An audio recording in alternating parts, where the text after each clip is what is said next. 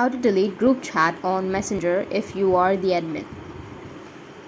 So if you want to delete a group chat on Messenger if you are the admin, then what you need to do is first you just need simply open up your Messenger application. After opening your Messenger, now you need to go with the group in which you are the admin. So select the group. Once you've selected, you need to just go with the name of that group, which will be on the top, and then tap on see members. Under see members, you need to go and select the members, or tap on the members, and here you will have remove from group chat option. So you need to tap on remove from group chat and remove all of the persons that you have on your group chat. After removing all of the persons, you can go back and your group chat will be deleted if there are no members left. In this way, you'll be able to delete your group chat on your Messenger if you are the admin. And if you have any questions, feel free to comment below. Thanks for watching.